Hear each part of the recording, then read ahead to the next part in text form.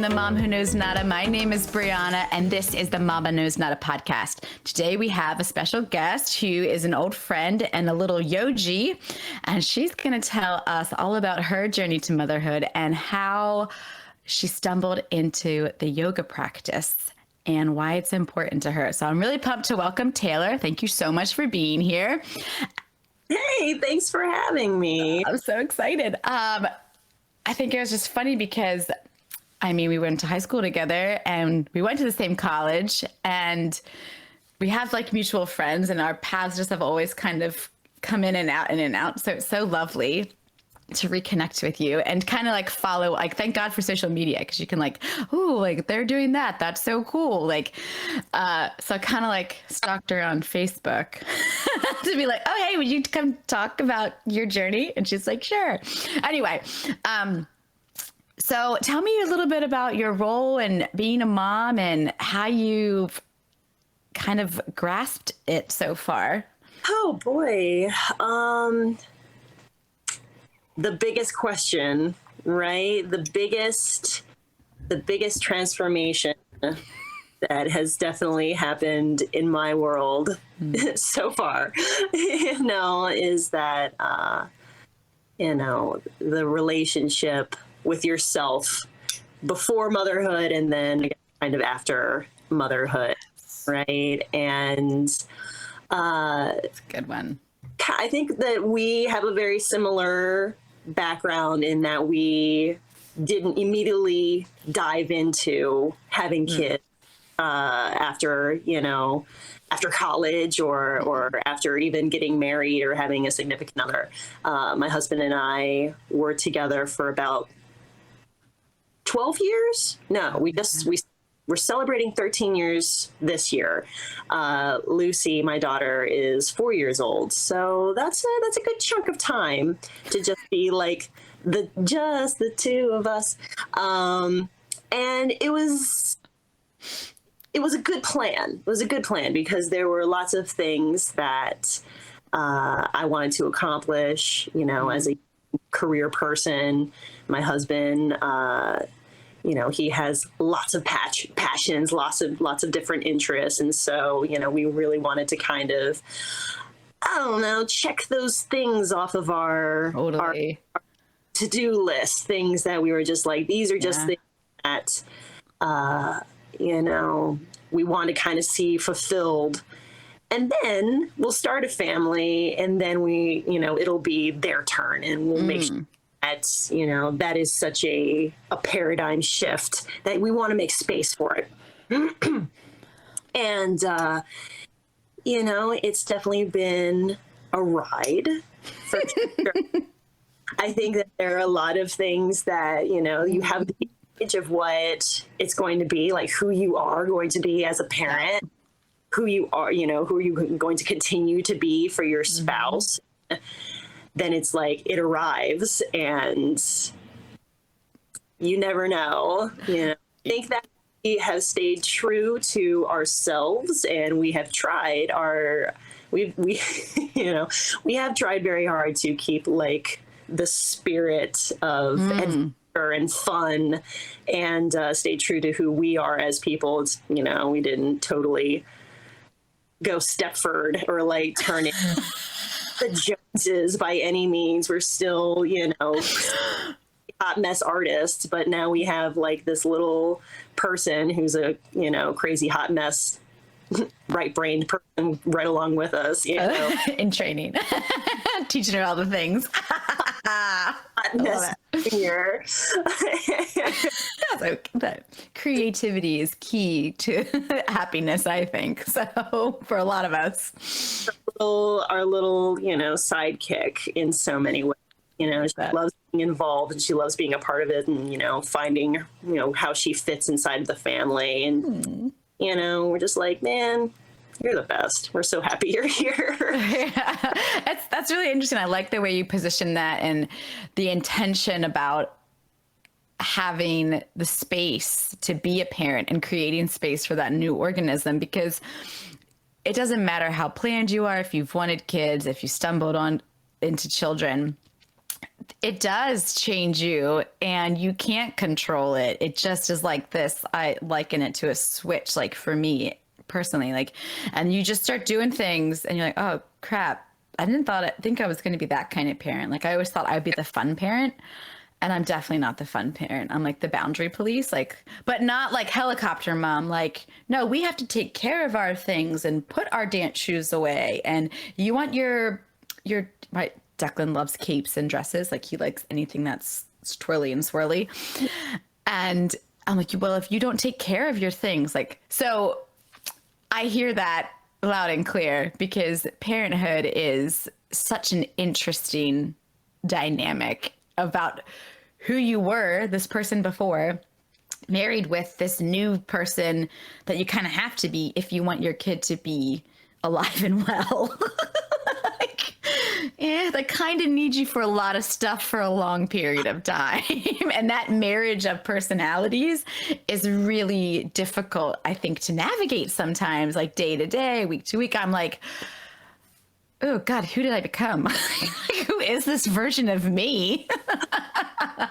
So I love that you said that you're trying to like keep this spirit of you alive and stay true to yourself by also being aware. I think that's really important because that's a hard line to balance on. It's not easy. It's not, because you have so many, a lot of input coming at you on, like, I think on the one hand, like, we have advantage compared to our mothers and our grandmothers who didn't have the kind of resources, totally, community support that we do now. Like we suffer from an overabundance and a little too much transparency, I think, like where people are like, what are you doing? How am I going to tell you how to fix it? Yeah. Versus like, now I'm stuck in this house while my husband is working, 9 to 5 with all of these kids. And why do I feel sad? What is postpartum depression? Why did it burn the turkey? Where's the Valium? Like, hello. Give me that. I'm not saying, I'm sure there were plenty of women who were just fine, but they're, like, there's a lot of doors in, is what I'm saying.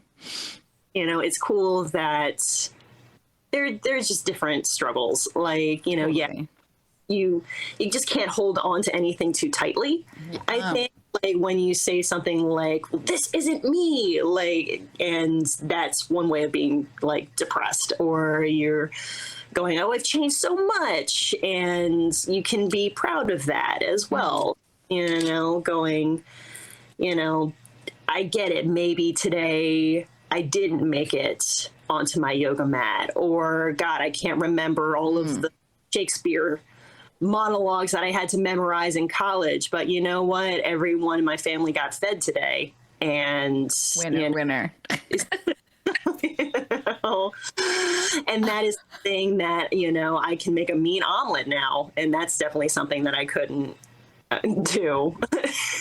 The little things, like, seriously. I said to my husband yesterday, I was like, as much as we're here to teach Declan, he's here to teach us. And for somebody personally who's never really had a large amount of patience, I really have to take a lot of deep breaths.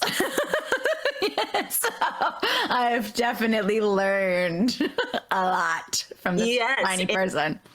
And if you do that, you find these little ways that you can slow things down and reconnect with yourself in those moments where you're kind of feeling lost or overwhelmed, or, you're just like, what do I want? What do I want? Moment.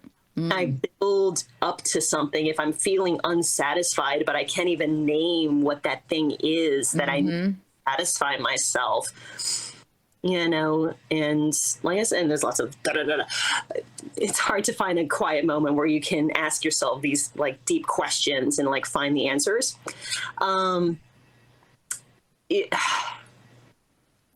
There are ways that you can do that. And that's something that helped me with. I think that's really important too, because you're still a person. Like you might be a mom or a dad, but you're still a human being with your own needs, and that's important to like come back to regularly. And It that it all cycles together. Yeah. yeah, and like I always say, I said this before I even had kids, like if you're not happy with yourself, if you can't love yourself, then you can't really give that to a child. A child's not going to make you whole or complete. Or in a relationship, you don't just have a kid to put a band-aid on whatever issues there are. You have to kind of look at the root, because kids know when you're not happy. Kids are very intuitive and very aware because they don't have any external stimulus as we do. There's no, outside fluff going on. They're not being bombarded with things. They just are very simple and genuine creatures.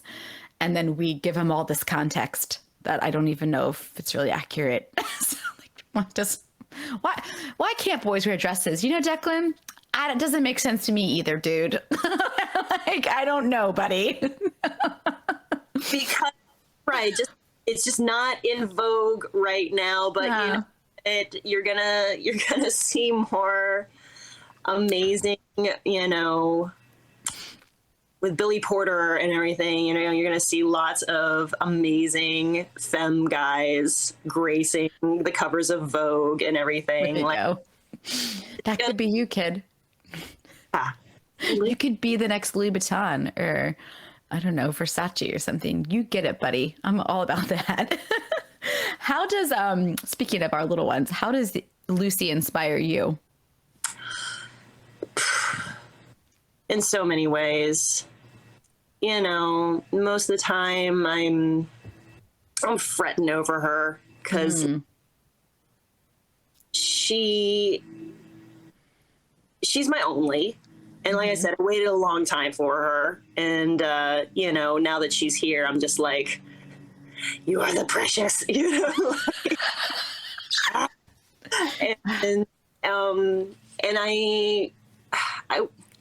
I guess you could call me a helicopter mom just because, I suppose before it was a term that was out there, mom helicoptered me. And, even though you like resist it growing up, like, I don't know, it just kind of emerges and you're just like, look, well, I'm going to keep her safe.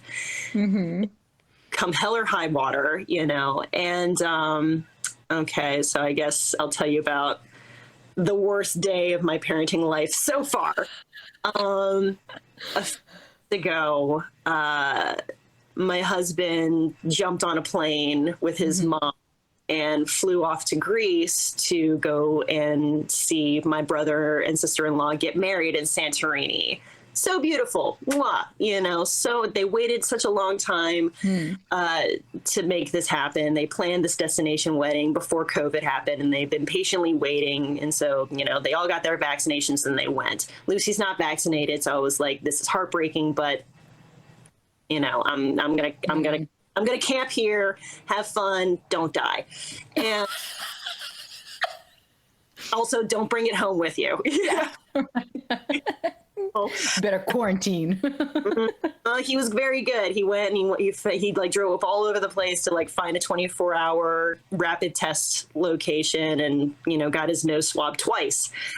So super responsible guy, my guy, and so it's like the day that they leave, and Lucy and we pop in the car and we're just like, let's just have a girl vacation adventure, and go to McDonald's, and then on the way home we stop by this place up the road called Montpelier Mansion because they have these really cool grounds that you can walk around on.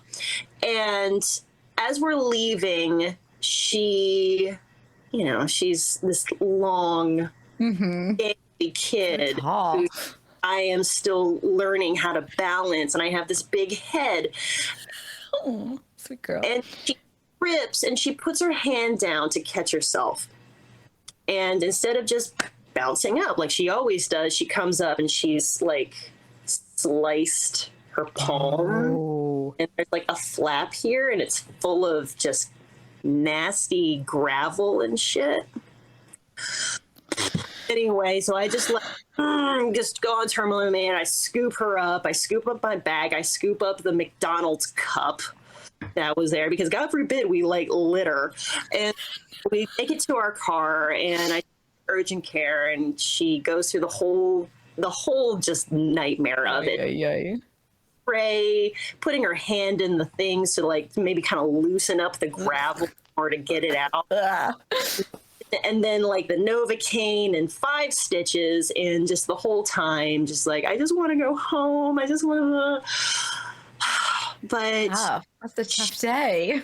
So tough and just so resilient. And she was just like my hero that day. Like, damn, just. And so, like, in that kind of way, she absolutely inspires me, you know, because I'm just like, you are just this little person, this brand new energy in the world, who, do you know what's going on? Like, maybe 50%, all you know is that, like, you're here and you're trying your best. And, you know, that's a lot to ask out of anyone. Metaphor for life in general. Event, you know. And you know, we just like, and then for the rest of the time, like, it was her and me, just like making it through. Like, I'm changing her bandage. She's like, you know, being so brave but so scared at the same time, and just. But we got through it, and now her hand's doing fine. That's good. That's good. It like turned into like this whole like journey for her. Like, she, you know, we got out the anatomy book, and we took a look at, you know, we took her Spider-Man doll, and we wrapped up his hands so that she was giving him medicine because she had to take the antibiotic. Right? It was like, okay, Spider-Man, it's your turn. It tastes like strawberries. You know, she just became a little junior Dr. Lucy. And, you know, that is the thing that was just like, you know, super touching. I think it's so curious. The way that she contextualized it, you know? Yeah. And then they're so curious, and they like, she's taking that information in, and then she wants to like, that's like the best way to learn. You take the information and then you role play it out, or you do it yourself. Like, and that's what kids do. Like, Declan does like the same thing. Like, we give him directions, and then he likes to turn around and give us directions, you know? You're just like, I'm the mom. Okay. But like the same thing you're talking about, wrapping up the doll hand. Like, he wants to, like, yesterday he was telling us about where we live in the world, and like where we live here in America, and Daddy lives over here in America. And then, you know, grandpops lives down here in South America. And you're just like, okay. but it's just so cool how they have this energetic ability to try to recreate and to comprehend all this chaos around them. Yeah. And from like, I still remember the first time I got stitches. I was a little bit younger than Lucy. Probably Declan's age, about 3. And that's like that first like physical trauma is huge. It's a huge experience, you know, because it's never happened before. Mind you, I've had stitches in my head 3 times since then. So explains a lot, doesn't it? What are you going to do? Oh, lots of concussions. But that whole, if that's never happened to you before, it's such a big deal, and you like want to learn from it. So it's so cool to hear that that's what she's like, okay, I got this. And it was creepy, but I can get through it. You know, good for her. I love it. And she's a little master negotiator. Like, she'll be like, what if I take my medicine tomorrow? Like, you know, like, or the worst is like when she gets too tough, like if she has a fever. Like, after we got back from vacation, you know, we all got like sick with croup, and you know, I was like, honey, take some medicine to bring your fever down. She's like, I'm fine. Her eyes are sliding off of her face. Like, you're not okay. Let me take care of you. No, it's fine. I'll watch toy videos. Oh, watch toy videos. I'll be fine. Her eyes. Please sleep it off. I think that kids come out as master negotiators for some reason. Declan can outsmart me already with his, okay, Ma, first we do this, then we do that, and then we can, put the clothes away or whatever it is I'm asking him to do. Oh, yeah. I'm like, that actually makes sense. It's like, I don't know how. No, we got to do it my way. Like, no, clothes first. Stop it. You're too smart. Stop it. Like, how do you know that already? Like, how can you manipulate me already? I mean, I know. it's incredible. So you started your yoga journey and now you've incorporated like kid yoga, right? Yeah. Into it. Can you tell us a little bit about your yoga path, and then why it was important for you to bring, Lucy and other kids into it? Yay.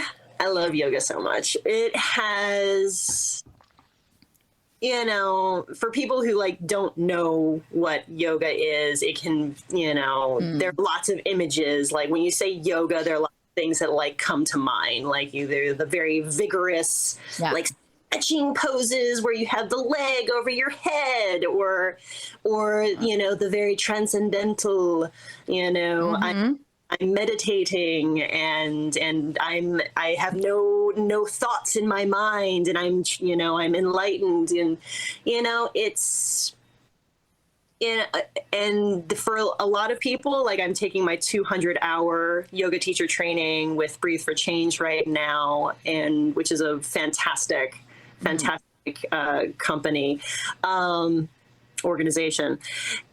And, a lot of the people that I talk to through there, they're like, I haven't been able to get on my mat. And so I practice yoga through the yamas or the niyamas, just like these principles of like how to be a good person, That's and that we could all learn. It's a lot of fun. It's the basic stuff, like, tell the truth, be content, let things go that aren't serving you anymore, the principles that are passed down through. But are they passed down? Sometimes I think they skip a few people here and there. Well, they're all goals. There are things that like I certainly struggle with purity, where I'm just like, or keeping things clean, obviously, A bookshelf. It's supposed to have books on it. Thank you. And lots of books on it. That are just gonna read anytime. We're waiting. I still have all my scripts from theater, all of them. I've never gotten rid of one of them ever, and never will I ever. So I feel you there. It comes to the fact that we actually had an education. Right? I had to study those things, and I knew them in and out. Anyway, I'm going off topic. It's all going to come around because it was in theater that, that was probably where we were first introduced to yoga, right? We all learned how to do a sun salutation of class in order to move our bodies and connect with our breath, which then It's true. this, I don't think we realized it then, but by doing that, we were able to kind of open ourselves up to the emotional work that we were preparing ourselves for, either in Steve Sada's voice class or Tommy Young's movement class, whatever. So that was kind of like, okay, this is yoga. That was like how I was introduced to it. And then I really wanted to deepen my practice when I got pregnant. And I went to prenatal yoga classes, and, here I was going like through the scariest thing that I could possibly think of, like trademark. I even later was like, what is the scariest thing I can think of besides childbirth? Flying an airplane. And so I went and did that. Like I got a charter plane on Groupon, like a trial lesson, and I flew an airplane while I was 4 months pregnant. So there you go. Anyway, back to the yoga studio. So I'm doing Cool. Way to conquer your fears.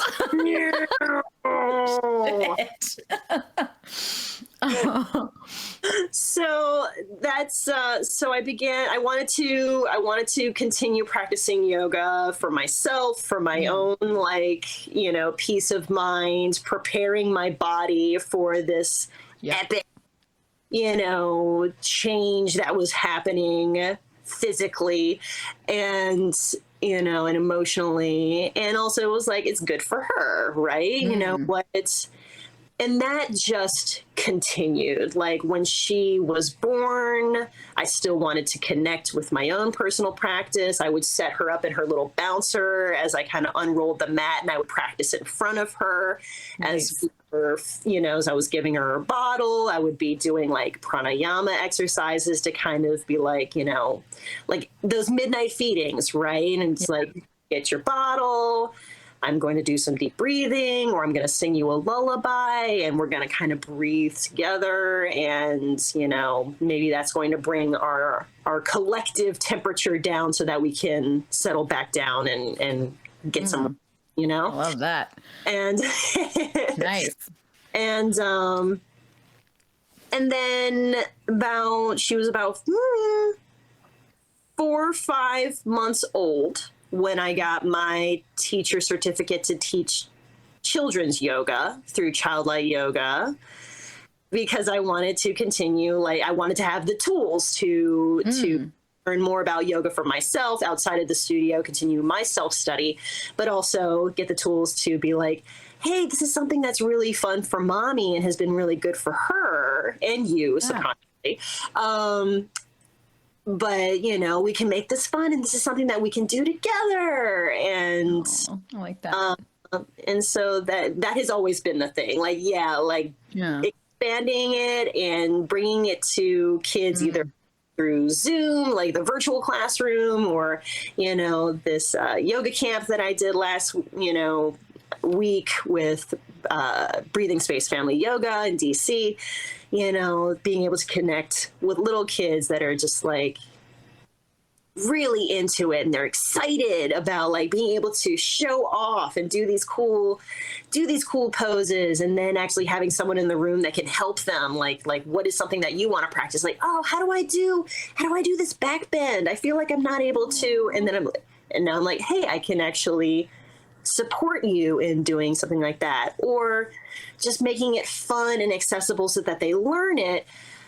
And then when they're in a situation where they're at home and things are overwhelming or stressful or accelerated, and they can actually like be the ones going to their parents and be like, Mom, take 4 deep breaths and breathe. Let's breathe together. And like, they become the ones that are,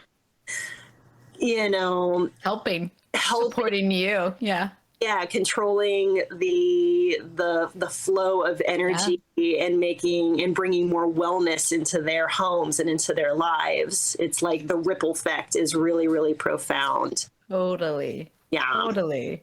I can't love that more. That's really funny that you've said that, because there's definitely been moments where Declan will be like, Mommy, Daddy, calm down, take a breath, don't be so frustrated. And you're just like, ah, shit. I'm supposed to be the adult here.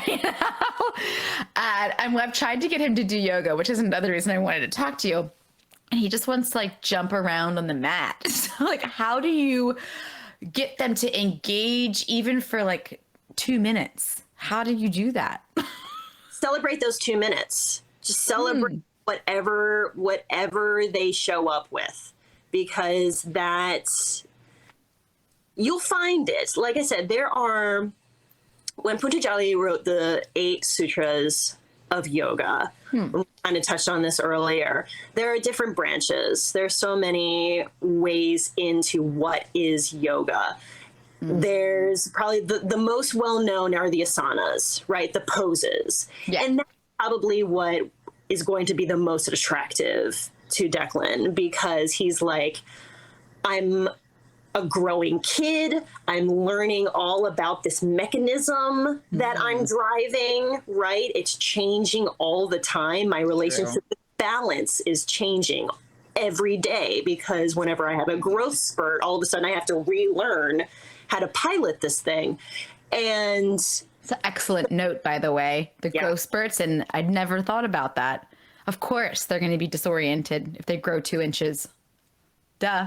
Lucy falls all the time, like all the time, because she's like me, where we have really like large feet, and so we have like these like water skis at the bottom of our legs, and also we're long and we're like so like, she's like, I'm falling all the time. I'm like, it's okay. There she is. Hey, girl. Ta-da! Hey, you're getting so big. So My big. goodness. He's just always been super tall. It's Yeah. crazy to me. 4 years old, baby. Oh my gosh. Good for saying hi.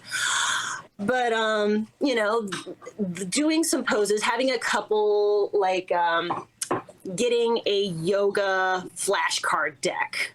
It's Okay. really cool. Like Yoga Pretzels has some flashcards that have cat pose, down dog, dolphin.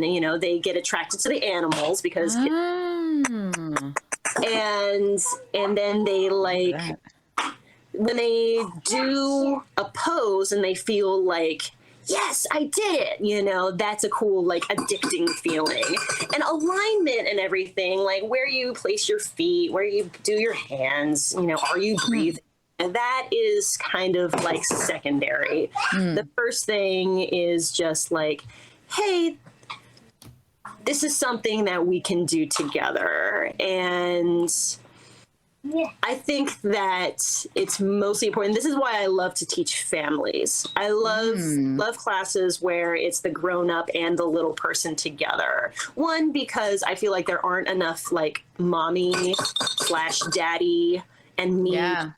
like activities out there where it is something that they can genuinely, oh, thanks, man. She like went and got, here's so yogi pretzel. Oh, look at Yeah. that. That's so helpful. You're the bomb. And that we can do together. It's not like I'm taking my kid to Yeah. I'm taking them to the thing and I'm gonna wait on my phone until they get done. Right. Yes, my darling, what you need? I'm going to my cat. You want to tell me about this? How about I get done finishing this quick conversation and then I'll let you know when we're wrapping up and you can tell Brianna all about Simon and Blueberry. Okay. Sweet. Nice. I like Okay. that. Great. And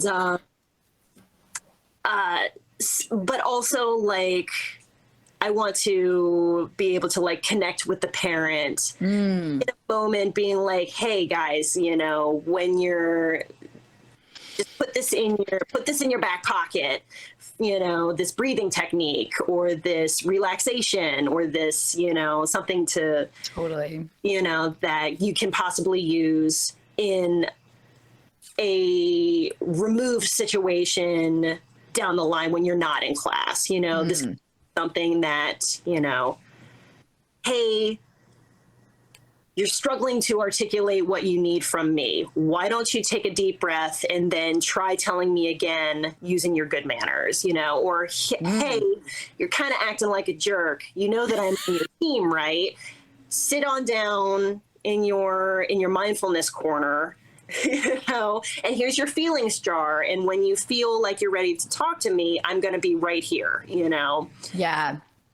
These kind of things that can bring more wellness and more harmony into the home. So families are like, that's my jam. So I would say the best way to get him into a practice is to get yourself into a practice. Better, more regular practice. I know you find, but when to get the space, like it's like, Yeah.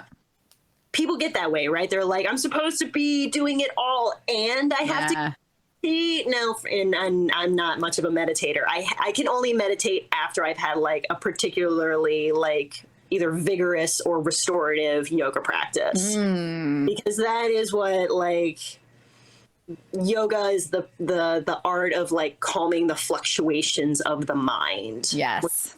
Really great right before bed. You know, if you feel like you can't just just lay on down and pass out, you know, because you're just like, I'm so restless, I keep thinking about different things. You know, taking the chance to lay on your mat and do some child pose and stretch it out. I love a good child's pose. Good happy baby. Yes, yes. I'm very much following like what you did too. Like I didn't get, not training certified, but I did a lot of yoga multiple times a week pregnant. Also because breathing, you got to breathe through labor. Like that's how you saving grace. And I felt like if I could have a deep like breath connection while I'm trying to push this thing out of me, I might have chance. And like finding that Zen place of, you know, spiritual being while you're in the throes of labor is tough. It's tough because you never know how it's going to go, right? And then after baby, it did all, like what you're saying, all the mommy and me classes. It wasn't until the yoga like pandemic hit that I couldn't get to there. I like to be in the space, like that energy. It's like a library. Like some people need to be in a library to be productive. I really love being in that yoga space and like kind of like opening the door, getting into the energy and leaving the world behind me for that hour. Oh yeah. Because I like a good vinyasa. I love a nice flow. It makes me like sweat and feel like I've really worked. And I've been struggling to find that outside of, you know, now I've gotten into like, I'm like, okay, you have to do yoga for a lot of reasons, Brie. One, you need to stretch more. Two, you need to like get your head screwed on straight. And three, like to model a behavior for your child, you know, like, because I think what you're saying about the mindfulness, and we're so reactive as organisms, as human beings, that's if we just take a split second half the time and have a breath, it changes everything. And I think that's why yoga is so important, especially for kids and especially in our crazy world that we're in now, having a space to go to like give yourself a moment to like reconnect with what you truly want, who you truly want to be, how you want to be in the world, and the world, like connect with the world around you is so important. And we, at least this is definitely, I'm guilty of this. Like you think that yoga's for people who are conscious and aware, and you know, why can't we teach that awareness to our kids? I think that's so important, which is part of the reason I wanted you to come talk about it. I was like, this is great. I think that is so, I love that you want to work with the family unit, because that is so important to have everybody to be on the same page and to understand that, okay, when we feel this way, we do this. Like there's nothing wrong with being aware of our feelings. Like, I don't know if you do this with Lucy, but Declan would just be like, I'm sad or mad or something. And I'll just be like, okay, I get it. I'm mad too sometimes. How do we deal with that emotion? How do we feel through that? It's okay to be upset. It's okay. Like today he was just sad. He goes, I'm just really sad, mommy. And I'm like, why are you sad? I just don't know. I'm like, heard, buddy. I get you. And just not alienating those emotions, I think, are really, you don't have to like necessarily go over above and beyond and validate like, oh, sadness, and like go into like a whole thing, but just feel through that, buddy. It's okay to feel sad. Right. It's okay to have those moments. How do we make those moments better? You know, and this is a great tool. We know more about how the mind works and that mind-body connection, right? We understand that as humans, we develop these range of emotions: sadness, anger, fear, stress, for reasons, you know. It becomes a problem when you get into those emotions and you can't get out of them. Like you're constant state of chronic stress, when you are rewiring the neurological pathways in your mind, and you have trouble turning off, the sympathetic nervous system, where you are constantly in a state of fight or flight. Those are the moments where, it's supposed to turn on in order to save your life. There's a lion. Yeah, right. I got to run away from the lion, or fight the lion, and hey, if the lion or my kid, I'm gonna, yeah, I'm going for the lion. Exactly. Heard. But you can't, it's not meant to be there 24/7. That's when you start to get sick. But you can look at something and be like, if you can kind of take it and a feeling and externalize it a little bit by just by naming it and saying, I am sad. And just that instant of just kind of like holding it, feeling it. What's the temperature? How does it feel? Is it hot? Is it sharp? Ooh, like that. And you just be like, I accept it. And you sit with it for a little while.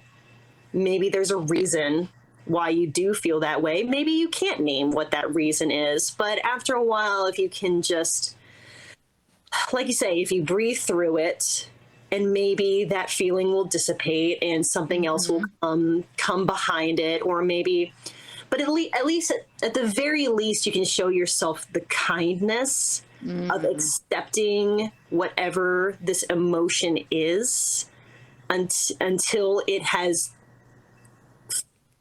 it's completed telling you, communicating with you the message that it needed to let you know. You get angry because your boundaries have been crossed, and you're sad because you feel disappointed about something. Something that you've been working hard with isn't panning out because you have a lack of control, and you're just like really feeling that. And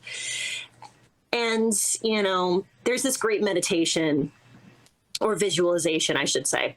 Sometimes people get a little nervous when you say meditation. They think like, oh, you're clearing your mind and you're connecting with something you don't even know what it is. And like, no, you're just connecting. You're just going internal. Like yoga is like so much about tying yourself into like these knots in order to find the space inside of yourself. Right? What yoga teacher Michelle says. And it's called weather report. This visualization is called weather report. And what you do is that you invite your students to close their eyes and imagine the sky. And the sky is how you are feeling inside at this particular moment.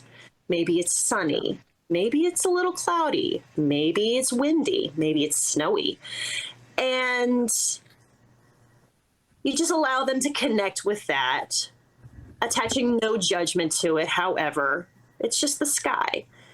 Right. And then you close out after a few moments by saying, now, whatever the weather is in your personal sky, remember that the weather, like your emotions, like your circumstances, are always changing, but you are always the sky. Ooh. Yeah. I like that. You're always the constant in your own life. That could be a whole other podcast for another day.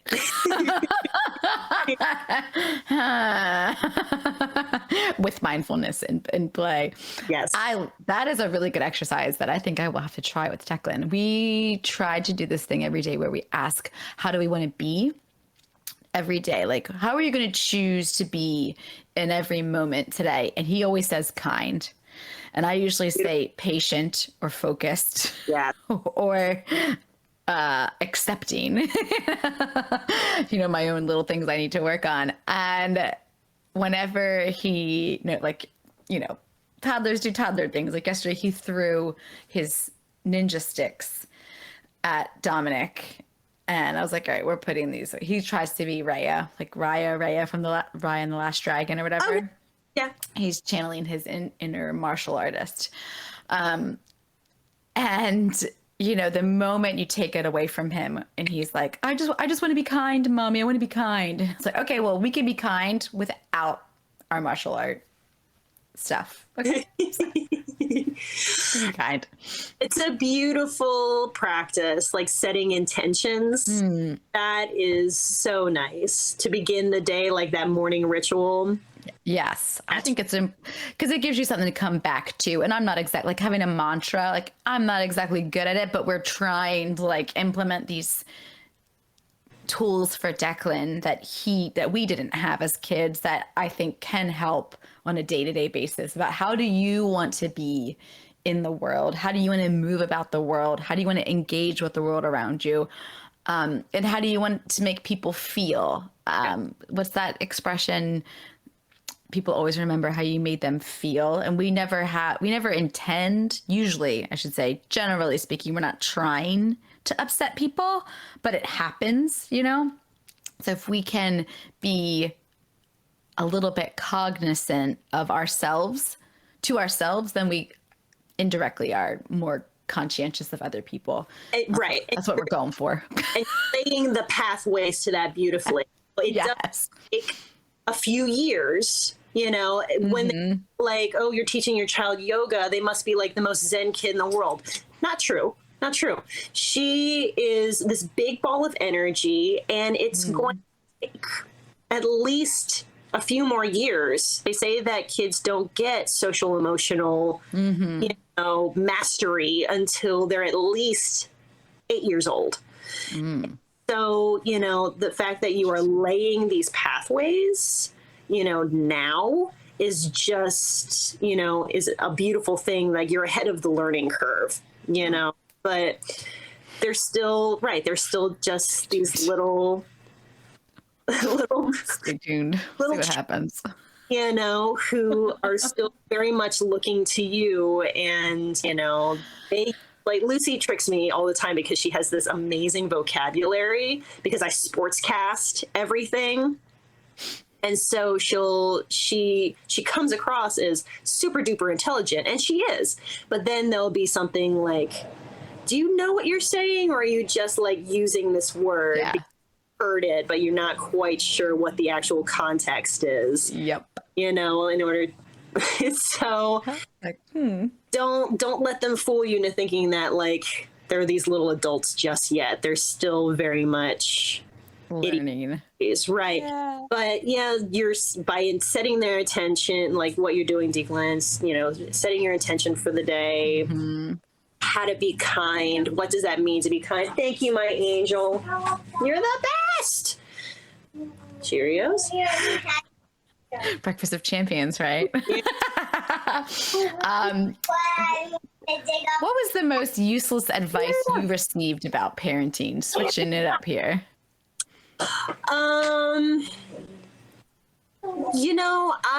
I've been ruminating on this one a little bit, because for the most part, I've surrounded myself with some like really intelligent, well-meaning people. And so when I'm always open to like advice. I'm just like, yeah, please tell me, I will definitely listen and hear you out. Probably, if anything, it's like, Lucy, junior paleontologist, I love you. Can we wait on the excavation until after mommy's done talking? Please. Thank you. Quiet time, please. That's not quiet time. I love you. Just wait a moment before you start hammering. But mom, there are dinosaur bones that need to be excavated. Come on, priorities, lady. Priorities. Serious discovery at hand here. That is very quiet. I love you. Use like your little brush. Use Mr. Tickles. She named her paleontology tool. Mr. Tickles is the brush. the hammer is hammery, and the little, chisel thing is, was it chipstock? Yeah. Chipstock. Wow. Anyway. I love the creativity. So I think probably, I don't know, just throwing it out there, probably your child will never be socialized if you homeschool them.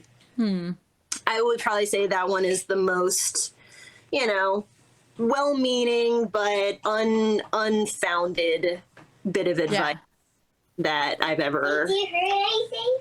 I hear you, man. No, go ahead, sweetie. Take up your dinosaur bones. Take them up. Go. Get them up. Not gonna discover themselves. Hi, ma'am. Brianna, I'm gonna dig out the biggest dinosaur bones of ever. Really? Are you going to find a whole new species? Yeah. Maybe? The horn going up. Yeah? The Triceratops. Is that your favorite dinosaur? Yeah. That's my favorite dinosaur, too. It's got the coolest name with the horns. Yes. Yeah. Charging. Who is the dinosaur that likes to headbutt? The Pachycephalosaurus. You're Oh, right. what? I don't even know that one. She likes to put on a helmet and say, "I'm a Pachycephalosaurus." I don't even know that dinosaur. It's the one with like the armored head. Big head thing? Okay. Not a fan, but he just like Yeah. back to Nightmare Before Christmas. No, Land Before Time. Ooh, okay. I'll have to check. I'll have to revisit that movie. Oh, okay. Okay. I used to watch that movie all the time as a kid. Speak of the devil, take me back. That in Fern Gully. The first one, masterpiece. And then they started singing, and I was like, I love a musical. I haven't stopped singing. But I hear ya. But I was like, what is something you wish you would have been told about motherhood? what's that? What's something you wish you would have been told about motherhood? That I had been told about motherhood. I don't know, that a global pandemic was on its way. Is that too real? I mean, I guess there was one in 1818 or 1820 and whatever, in 1918, and I guess we had warnings every 100 years. This is gonna happen. Excuse me. It's. I mean, nothing could prepare you for the last year and a half for anybody. I don't think, not any historical context. Or... yes, love and power and all the strength in the world to all the new mamas who are either pregnant or bringing newborns into the world right now. Yeah. If it were me, I would certainly be taking a gap year. Yar. Live under a rock, maybe for a while. Personally. Their crap together. Right. Okay, world. y'all are crazy bees right now. Do you have any unsolicited advice for new moms? Man, you don't have to enjoy every moment. This is something that I was talking to my girlfriend about it. You don't have to enjoy every moment, like the Hallmark card says. Just have to breathe through it. And Amen. if you can appreciate and feel gratitude and laugh at whatever came before afterwards, but you're not a bad person if while you're at the urgent care getting your kid's hands stitched up, that you're not like, this is wonderful, it's an impossible request. So It's not all sunshine and rainbows. It can be gnarly. That's why we need to take a deep breath. Jeez. yes. It is not all. That's a good point. Absolutely excellent point. It's not going to be perfect. You just got to get through it and do the best you can some days and take a lot of deep breaths. Definitely. I do. you know, I would say that, you know, if you're doing your best, you care a lot, everyone is stressed out.